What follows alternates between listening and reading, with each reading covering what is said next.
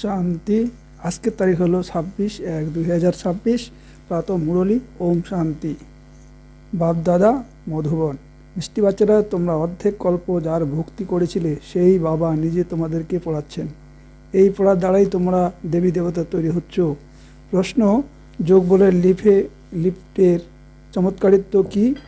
উত্তর: বাচ্চারা, তোমরা যোগ বলের লিফটে দ্বারা সেকেন্ডে উপরে চলে যেতে পারো, অর্থাৎ সেকেন্ডে জীবন মুক্তি উত্তরাধিকার তোমাদের প্রাপ্ত হয়ে যায়। তোমরা জানো যে সিঁড়ি দিয়ে নামতে 5000 বছর লাগে আর উপর দিয়ে উঠতে লাগে 1 সেকেন্ড। এটাই হলো যোগ বলের চমৎকারিত্ব। বাবার স্মরণের দ্বারাই সমস্ত পাপ বিনাশ হয়ে যায়, আত্মা শতপ্রধান হয়ে যায়। ওম শান্তি। আত্মাদের পিতা আত্মিক বাচ্চাদেরকে বসে বোঝাচ্ছেন। আধ্যাত্মিক বাবার মহিমা তো বাচ্চাদেরকে শোনানো হয়েছে। তিনি হলেন জ্ঞানের সাগর, সৎ চিত আনন্দ স্বরূপ, শান্তির সাগর। সকল অসীম জাগতিক প্রশস্তি একমাত্র তার জন্যই প্রযোজ্য। এখন বাবা তো হলেন জ্ঞানের সাগর। আর এই সময় যে সমস্ত মানুষ আসে সবাই জানে যে আমরা হলাম ভক্তির সাগর। ভক্তিতে যে সবথেকে তীব্র গতিতে যায় তার অনেক মান প্রাপ্ত হয়। এই সময় কলিযুগে হলো ভক্তি দুঃখ, সত্যযুগে হলো জ্ঞানের সুখ। এমন নয় যে সেখানেও জ্ঞান আছে। তো এই মহিমা কেবলমাত্র এক বাবারই আছে, আর বাচ্চাদেরও মহিমা আছে। কেননা বাবা বাচ্চাদেরকে পড়াচ্ছেন অথবা যাত্রা শোনা শেখাচ্ছেন। বাবা বুঝিয়েছেন যে যাত্রা হলো 2 প্রকারের। ভক্তরা তীর্থ করতে যায়, চারিদিকে পরিভ্রমণ করতে থাকে, তাই যখন সময় পায় চারিদিকে ঘুরতে থাকে। ততটা সময় বিকারে যায় না। মদ ইত্যাদি নোংরা সিচি কোনো জিনিস খায় না বা পান করে না। কখনো বদ্রীনাথ, কখনো কাশী ঘুরতে থাকে, ভক্তি করতে থাকে ভগবানের। এখন ভগবান তো একটাই হওয়া চাই, তাই না? সব দিকে তো চক্র লাগানোর প্রয়োজন নেই। শিব বাবার তীর্থেও ঘুরতে থাকে। সবথেকে বড় বেনারস তীর্থ গাওয়া হয়ে থাকে, যাকে শিবের পুরীও বলা হয়। চারিদিকে যায়, কিন্তু যার দর্শন করতে যায় অথবা যার ভক্তি করে তার বায়োগ্রাফি অ্যাকুপেশনের বিষয়ে কিছু জানা নেই। এই জন্য একে বলা হয় অন্ধশ্রদ্ধা। কারোর পূজা করা, মাথা ঠোকা আর তার জীবন কাহিনীকে না জানা, সেটাকে বলা হয় ব্লাইন্ড ফেথ। নিজেদের ঘরেও যে সব পালন করতে থাকে, দেবীদের কতই না পূজা করতে থাকে, মাটির বা পাথরের দেবী বানিয়ে তাকে অনেক সাজাতে থাকে। মনে করো লক্ষ্মী চিত্র বানিয়েছ, তাকে জিজ্ঞাসা করো এনার বায়োগ্রাফি বলো, তো বলবে সত্যযুগের মহারানী ছিলেন, তিনি আবার ত্রেতাতে সীতা ছিলেন। এছাড়া এনারা কতটা সময় রাজ্য করেছিলেন, লক্ষ্মীনারায়ণের রাজ্য কবে থেকে কতদিন পর্যন্ত চলেছে, এইসব কেউই জানে না। মানুষ ভক্তিমার্গে তীর্থযাত্রাতে যায়। এসব হলো ভগবানের সাথে মিলনের উপায়। শাস্ত্র পড়া এটাও হলো এক ধরনের উপায় ভগবানের সাথে মিলনের। কিন্তু ভগবান কোথায় আছেন? তখন তারা বলবে তিনি তো সর্বব্যাপী। এখন তোমরা জানো যে এই পড়াশোনার দ্বারাই আমরা দেবী দেবতা তৈরি হচ্ছি। বাবা নিজে এসে পড়াচ্ছেন। যার সাথে মিলন করার জন্য অর্ধেক কল্প ভক্তিমার্গ চলে এসেছে, তারা বলে বাবা পবিত্র বানাও আর নিজের পরিচয় দাও যে তুমি কে। বাবা বুঝিয়েছেন তোমরা হলে আত্মা বিন্দুস্বরূপ, আত্মারাই এই শরীর প্রাপ্ত হয়। এই জন্য এখানে কর্ম করতে থাকে। দেবতাদের জন্য বলা যায় এনারা সত্যযুগে রাজত্ব করে গেছেন। খ্রিস্টানরা তো মনে করে গডফাদার প্যারাডাইস অর্থাৎ স্বর্গ উদ্যান স্থাপন করেছিলেন। আমরা সেই সময় ছিলাম না। ভারতে স্বর্গ উদ্যান ছিল তাদের বুদ্ধি তবু একটু ভালো। ভারতবাসী শতপ্রধান ও হয়তো আবার তমপ্রধান হয়ে যায়। তারা অর্থাৎ খ্রিস্টানরা এতটা সুখ দেখে না, তো দুঃখ এতটা দেখে না। এখন দেখো শেষ দিকের খ্রিস্টানরা কতই না সুখী। প্রথমে তো তারা গরিব ছিল, টাকা পয়সা তো পরিশ্রমের দ্বারাই উপার্জন করা যায়, তাই না? প্রথমে খ্রিস্ট আসে, তারপরে তার ধর্মস্থান হয়, বৃদ্ধি হতে থাকে। এর থেকে 2 থেকে 4 এরকমভাবে বৃদ্ধি হতেই থাকে। এখন দেখো খ্রিস্টানদের বৃক্ষ কত বড় হয়ে গেছে। এর মূল ভিত্তি হলো দেবী দেবতার বংশ। সেটাও আবার এখন এই সময় স্থান হচ্ছে। প্রথমে একজন ব্রহ্মা, তারপরে ব্রাহ্মণদের দত্তক নেওয়া সন্তান বৃদ্ধি পেতে থাকে। বা পড়াচ্ছেন তো অনেক অনেক ব্রাহ্মণ হয়ে যায়। প্রথমে এই একজন ছিলেন, তাই না? একের থেকে কত বৃদ্ধি হয়েছে, কত হওয়ার আছে। যতজন সূর্যবংশী চন্দ্রবংশী দেবতারা ছিলেন ততজনই তৈরি হবেন। প্রথমে হলো এক বাবা, তার আত্মা তো আছেই। এক বাবার আমরা আত্মারা কতজন সন্তান? আমাদের সকল আত্মাদের বাবা হলেন এক অনাদি পুনরায় সৃষ্টিচক্র পুনরাবৃত্তি হতে থাকে। সব মানুষ তো সর্বদা থাকে না, আত্মাদেরকে ভিন্ন ভিন্ন পার্টে অভিনয় করতে হয়। এই বৃক্ষের সর্বপ্রথম কাণ্ড হলো দেবী দেবতার, তারপর তার থেকে শাখা প্রশাখা বেরিয়ে আসে। তাই বাবা এসে বাচ্চাদেরকে বোঝাচ্ছেন, বাচ্চারা আমি এসে কি করি, আত্মার মধ্যেই ধারণ হয়। বাবা বসে শোনাচ্ছেন, আমি কি আসি বাচ্চারা, তোমরা সবাই যখন পতিত হয়ে যাও তখন স্মরণ করতে থাকেও। সত্যযুগের ত্রেতাতে তো তোমরা সুখী ছিলে, তাই স্মরণ করতে না। দাপরের পর যখন দুঃখ অতিরিক্তপূর্ণ আসে তখন আমাকে আহ্বান করেছিলে যে হে পরমপিতা পরমাত্মা বাবা। হ্যাঁ বাচ্চারা শুনেছি, কি যাও বাবা এসে পতিতদেরকে পবিত্র বানাও। বাবা আমরা অত্যন্ত দুঃখী পতিত হয়ে গেছি, এসে আমাদেরকে পবিত্র বানাও, কৃপা করো, আশীর্বাদ করো। তোমরা আমাকে আহ্বান করেছিলে বাবা এসে পতিতদেরকে পবিত্র বানাও। পবিত্র সত্যযুগকে বলা যায়, এটাও বাবা নিজে বসে বোঝাচ্ছেন। ড্রামা প্ল্যান অনুসারে যখন সঙ্গম যুগ হয়, সৃষ্টি পুরানো হয়, তখন আমি আসি। তোমরা জানো যে সন্ন্যাসীরাও দুই প্রকারের হয়, তারা হলো হঠযোগী, তাদেরকে রাজযোগী বলা যায় না। তাদের বলা হয় লৌকিকদের সন্ন্যাস, ঘর বাড়ি ছেড়ে জঙ্গলে গিয়ে থাকে, গুরুদের অনুগামী হয়। গোপীচাঁদ রাজার এক গল্প শোনানো হয়। তিনি বলেছিলেন, তোমরা ঘর বাড়ি কেন পরিত্যাগ করো, কোথায় যাও, শাস্ত্রে তো অনেক কাহিনী আছে।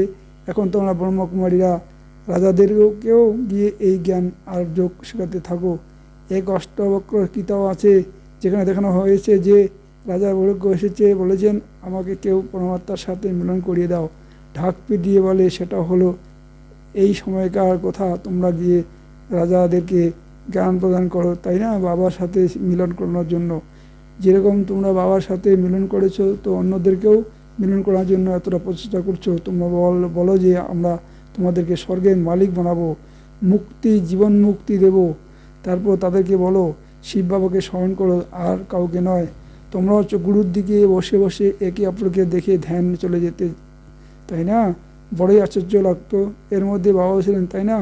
তাই তিনি চমৎকার কিছু করে দেখাতেন, সকলের রশি টেনে নিতেন। এখন বাপদাদা একত্র হয়ে গেছেন, কবরখানা বানিয়ে দিয়েছিলেন। সবাই বাবার স্মরণে শুয়ে পড়ো, সবাই ধ্যানে চলে যেতে। এইসব শিব বাবার চতুরীপনা ছিল।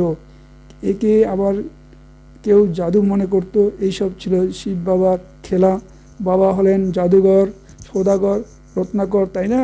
আবার তিনি ধপাও আছেন, স্বর্ণকরও আছেন, উকিলও আছেন। সবাইকে রাবণের জেল থেকে মুক্ত করেন।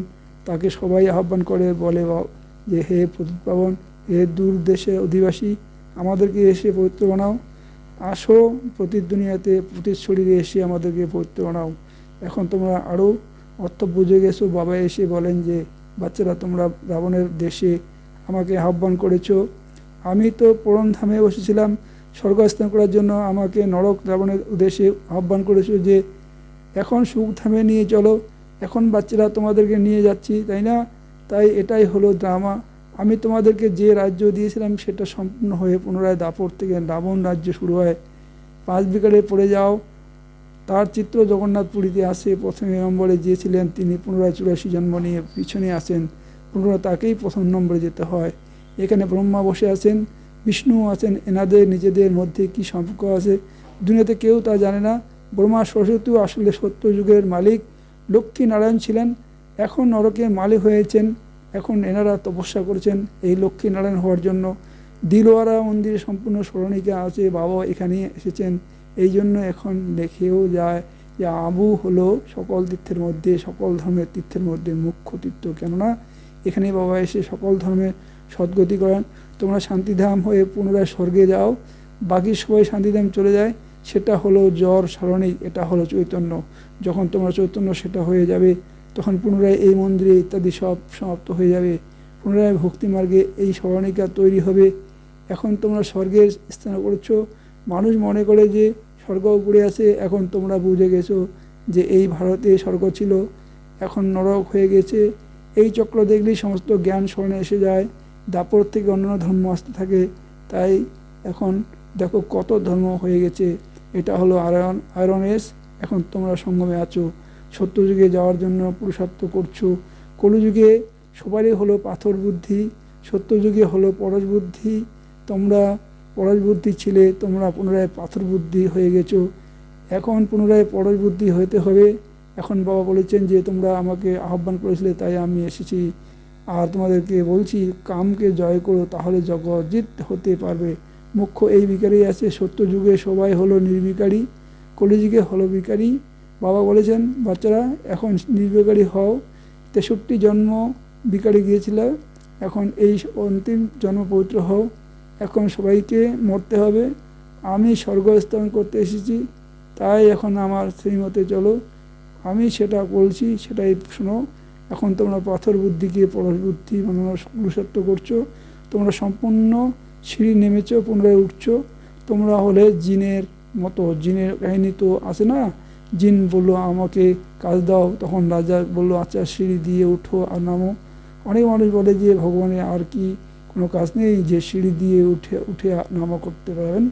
ভগবানের কী হয়েছিল যে এমন সিঁড়ি বানালেন? বাবা বলেছেন যে এ হলো অনাদি খেলা। তোমরা 5000 বছর 84 বার জন্মগ্রহণ করেছো। 5000 বছর তোমাদের নিচের দিকে নামতে সময় লেগেছে, পুনরায় উপরে যাও 1 সেকেন্ডে। এটা হলো তোমাদের যোগ বলের লিফট। বাবা বলেছেন যে স্মরণ করো তো তোমাদের পাপ বিনাশ হয়ে যাবে। বাবা আসেন তো সেকেন্ডে তোমরা উপরে চলে যাও, পুনরায় নিচের দিকে নামতে 5000 বছর লেগে যায়। বলা কম হতে থাকে, উপরে ওঠার জন্য তো লিফট আসে। সেকেন্ডে জীবন মুক্তি। শতপ্রধান হতে হবে, পুনরায় আস্তে আস্তে তমপ্রধান হবে। 5000 বছর আগে আচ্ছা, পুনরায় তোমার তমপ্রধান থেকে শতপ্রধান হতে হবে এক জন্মে। এখন যখন আমি তোমাদের স্বর্গের রাজত্ব প্রদান করছি, তো তোমরা পবিত্র কেন হবে না? কিন্তু কামেশু ক্রোধেশু আছে, তাই না? বিকার না পাওয়ার ফলে স্ত্রীকে মারতে থাকে, বাইরে বের করে দেয়, আগুন লাগিয়ে দেয়, অবলাদের উপর কতই না অত্যাচার হয়। এও ড্রামাতে পূর্ব নির্ধারিত। আচ্ছা, মিষ্টি মিষ্টি হারানিধি বাচ্চাদের প্রতি মাতা পিতা বাপদাদা স্মরণে স্নেহসুমন আর সুপ্রভাত। আপনাদের পিতা তার আত্মরূপী বাচ্চাদেরকে জানাচ্ছেন নমস্কার। ধারণার জন্য মুখ্য সার 1 নম্বর, জগতের মালিক হওয়ার জন্য বা বিশ্বের রাজপথ নেওয়ার জন্য মুখ্য কাম বিকারকে জয় করতে হবে। সম্পূর্ণ নির্বিকারী অবশ্যই হতে হবে। 2 নম্বর, আমরা যেমন বাবাকে পেয়েছি সেই রকম সবাইকে বাবার সাথে মিলন করানোর প্রচেষ্টা করতে হবে। বাবার সত্য পরিচয় দিতে হবে, সত্যিকারের অর্থাৎ তীর্থযাত্রা শেখাতে হবে। বরদান, দুঃখের দুনিয়ার সামনে থাকা সত্য ও নিশ্চিন্তপুরের অর্থাৎ বেগমপুরের বাদশাহীর অনুভবকারী অষ্টশক্তি স্বরূপ ভাব। এখনই তোমাদের কাছে গম অর্থাৎ দুঃখ আর বেগম অর্থাৎ সুখের নলেজ আছে। দুঃখের দুনিয়ার সামনে থাকা সত্ত্বেও সদা নিশ্চিন্তপুরের বাদশাহী অনুভব করা, এটাই হলো অষ্টশক্তি স্বরূপ কর্মেন্দ্রিয় জিত বাচ্চার লক্ষণ। এখনই বাবার দ্বারা সর্বশক্তি প্রাপ্তি হয়, কিন্তু যদি কোনো না কোনো সঙ্গদোষ বা কোনো কর্মেন্দ্রিয়ে বশীভূত হয়ে নিজের শক্তি হারিয়ে ফেলে, তাহলে সে নিশ্চিন্তপুরের নেশা বা খুশি প্রাপ্ত হয়েছিল সেটা শতই হারিয়ে যায়। নিশ্চিন্তপুরের বাদশাহ কাঙ্গাল হয়ে যায়। স্লোগান, দৃঢ়তা শক্তি সদা সাথে থাকলে সফলতা গলার হার হয়ে যায়। অব্যক্ত ছিল এই অব্যক্তি মাসে বন্ধনমুক্ত থেকে জীবনমুক্ত স্থিতি অনুভব করো। নিজের সংকল্পের তুফান বা কোনো সম্বন্ধ দ্বারা প্রাকৃতিক সমস্যাগুলির দ্বারা তুফান বা বিঘ্ন আসে, তো তার থেকে মুক্তি পাওয়ার জন্য যুক্তিযুক্ত যতক্ষণ যোগমুক্ত হয়ে থাকবে না, ততক্ষণ বিঘ্ন আসতে থাকবে। ওম শান্তি, ওম শান্তি, ওম শান্তি।